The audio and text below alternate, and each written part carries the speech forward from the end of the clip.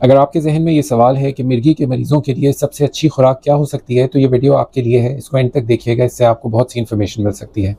अस्सलाम वालेकुम, मेरा नाम डॉक्टर तलहा वक़ार है। मैं न्यूरोलॉजिस्ट हूँ और रावलपिंडी, पाकिस्तान में प्रैक्टिस करता हूँ।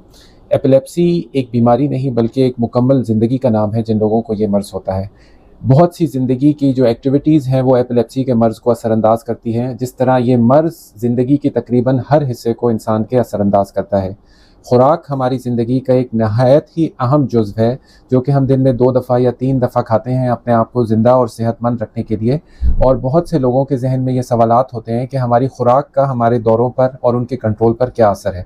ये एक अच्छा सवाल है जो कि अक्सर क्लिनिक में किया जाता है, और वो मैं सीधा-सीधा चंद पॉइंट्स आपको इस वीडियो में बताऊँगा जो सवालात लोग करते हैं और जो उनके जवाबात मैं देता हूँ। पाकिस्तान के कल्चर में ये बात मशहूर है, या लोगों ने ये चीज़ ऑब्ज़र्व की होती है कि चंद खुराकों से उनको दौरा हो जाता है अगले दिन या रात में। और उसमें जो सबसे ज़्यादा आने वाला सवाल होता है कि हमें चावल खाने से दौरा हो जाता है। इसकी वजह से बहुत से लोग चावल खाना छोड़ देते हैं जिनको एपिलेप्सी होती है। मेरा ख़्याल ये है कि ये डायरेक्टली चावल का मसला नहीं होता है, बल्कि जिस तरीके से उन चावलों को बनाया जाता है और जिस टाइम पे उनको खाया जाता है उसका मसला है। यानी बहुत सी दफ़ा जैसे अगर पुलाव हो या बिरयानी हो तो वो तेल में बनाई जाती है, और वो ख़ास तौर पे देगी हो या बाज़ार में पकी हुई हो तो उसमें तेल या घी की मिकदार काफ़ी ज़्यादा होती है, जिससे वो खाना हैवी हो जाता है। और जब वो खाया जाता है, ख़ास तौर पे अगर वो रात को खाया जाए, तो वो मैदे के अंदर ज़्यादा देर रहता है, क्योंकि तेल या घी वाली चीज़ों को ज़्यादा वक्त लगता है मैदे को डाइजेस्ट करने में, हज़म करने के अंदर। ज़्यादा देर वो मैदे में रहने की वजह से हीट जनरेट होती है, मैदे के अंदर जो मैदे के पट्टे की मूवमेंट्स होती हैं वो हो रही होती हैं, जिसकी वजह से नींद डिस्टर्ब हो जाती है इंसान की रात की। और वो रात की नींद की डिस्टर्ब होना असल वजह है, मेन वजह कहना चाहिए, जिसकी वजह से इंसान को अगले दिन या उस दिन रात में जो दौरा होने के चांसेस ज़्यादा होते हैं। तो ये डायरेक्टली चावलों की गलती होने से ज़्यादा, नंबर 1 उसका पकाने का तरीका कि वो ज़्यादा घी में पकाए गए हों, फिर अगर ज़्यादा मिकदार में खाया गया हो, फिर उसके बाद जो है ना अगर वो रात के टाइम खाया गया हो तो उसके हाज़मे के अंदर जो मुशक्क़त लगती है जिस्म की, मैदे की, उससे नींद डिस्टर्ब होती है और उसकी वजह से दौरा होने के चांसेस बढ़ जाते हैं।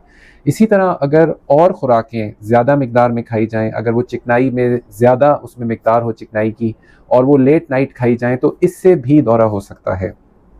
इससे हम अगले पॉइंट की तरफ आते हैं कि लेट नाइट खाना।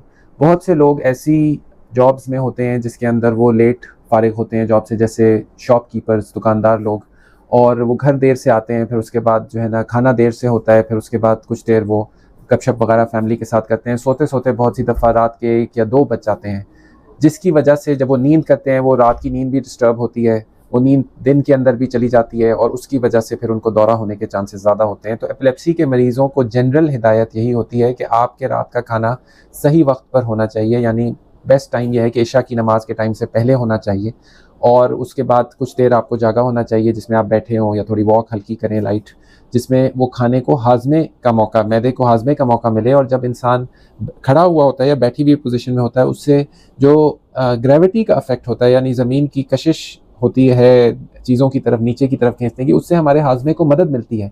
तो इस वजह से खाना खाने के बाद फ़ौरन लेटना भी मशवरा नहीं है। सब लोगों के लिए यही मशवरा है कि ना वो ऐसा करें, और मिर्गी के मरीज़ों के लिए ख़ास तौर पे ये मशवरा है कि वो खाना खाने के फ़ौरन बाद ना लेटें। दूसरी बात ये कि हैवी खाना, ख़ास तौर पे रात के वक्त खाना, बिल्कुल भी बेहतर नहीं है, इससे दौरा होने के चांसेस बढ़ते हैं। तीसरी चीज़ ये कि बहुत ज़्यादा चिकनाई में पका हुआ खाना खाना भी अच्छा नहीं है, क्योंकि इसको हाज़मे के लिए जिस्म को मशक्क़त करनी पड़ती है, इससे नींद डिस्टर्ब होती है और दौरा होने के चांसेस ज़्यादा होते हैं। कोई और ऐसे ख़ास ग़िज़ाएँ नहीं हैं जो दौरा कंट्रोल करने के अंदर इंसान की मदद दें।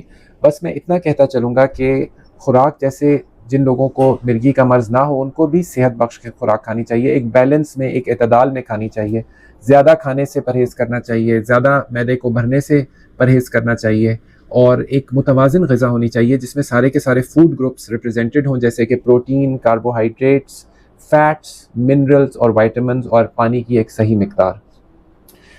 ये सब के लिए है, और एपिलेप्सी के पेशेंट्स के लिए भी यही तजवीज़ है। उसके बाद एक और खुराक का हिस्सा जो कि ड्रिंक्स होती हैं, जैसे चाय लोग पीते हैं या फिर कॉफ़ी पीते हैं या जूसेस वगैरह, या जो सबसे अच्छी ड्रिंक है वो पानी।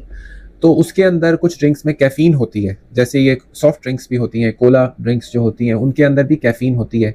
और कैफ़ीन एक ऐसा केमिकल है जो कि इंसान के जो नींद है उसको कम करके, नींद को डिस्टर्ब करके इंसान को थोड़ा जगाती है। इसी वजह से लोग दिन के सुबह के एक आगाज़ में जो है ना वो चाय या कॉफ़ी पीते हैं। शाम को या रात के वक्त कैफ़ीन लेना चाय की सूरत में या कोला ड्रिंक्स की सूरत में रात की नींद को डिस्टर्ब करता है फिर, और इसकी वजह से फिर रात का दौरा होने के या दिन में अगली सुबह दौरा होने के चांसेस बढ़ते हैं। तो इसको भी एतदाल में रखना बहुत ज़रूरी है, और ख़ास तौर पे शाम के टाइम, असर की टाइम के बाद जो वक्त है उसके अंदर कैफ़ीन वाली ड्रिंक्स का परहेज़ करना बहुत बेहतर है दौरों को कंट्रोल करने के लिए। इसके अलावा जो अगली चीज़ जो कि खुराक में तो नहीं आती, लेकिन कुछ और दवाएं ऐसी होती हैं जो आप मिसाल के तौर पे कोई इन्फेक्शन के लिए, नज़ले ज़ुकाम के लिए या कोई और दर्द वगैरह के लिए लेते हो, किसी और बीमारी के लिए, तो उससे भी दौरा बढ़ने के चांसेस बढ़ सकते हैं। लेकिन क्योंकि ये एक जनरल इन्फॉर्मेशन की वीडियो है, तो इसके अंदर मैं किसी मखसूस दवा का नाम तो नहीं लूँगा। ये आपको अपने डॉक्टर साहब से या अपने न्यूरोलॉजिस्ट से पूछना है कि क्या कोई ऐसी दवाएं हैं जो कि इस्तेमाल करने की वजह से मेरा दौरा होने के चांसेस बढ़ सकते हैं, ताकि वो ऐसी दवाएं आपको बता दें, क्योंकि ऐसी कुछ दवाएं होती हैं तो उनको अवॉइड करना बेहतर होता है, और ताकि आपके दौरे का कंट्रोल बेहतर से बेहतर रह सके। मैंने कोशिश की है कि मैं जो एक मेन पॉइंट्स हैं वो आपको बता दूं खुराक और मिर्गी से रिलेटेड। इसमें यकीनन और गुंजाइश है बात करने की। अगर आपके जहन में कोई सवाल है तो वो आप नीचे कमेंट्स में लिख भेज सकते हैं। अपना बहुत सा ख्याल रखिएगा, मुझे अपनी दुआओं में याद रखिएगा। अस्सलाम वालेकुम रहमतुल्लाहि व बरकातुहू।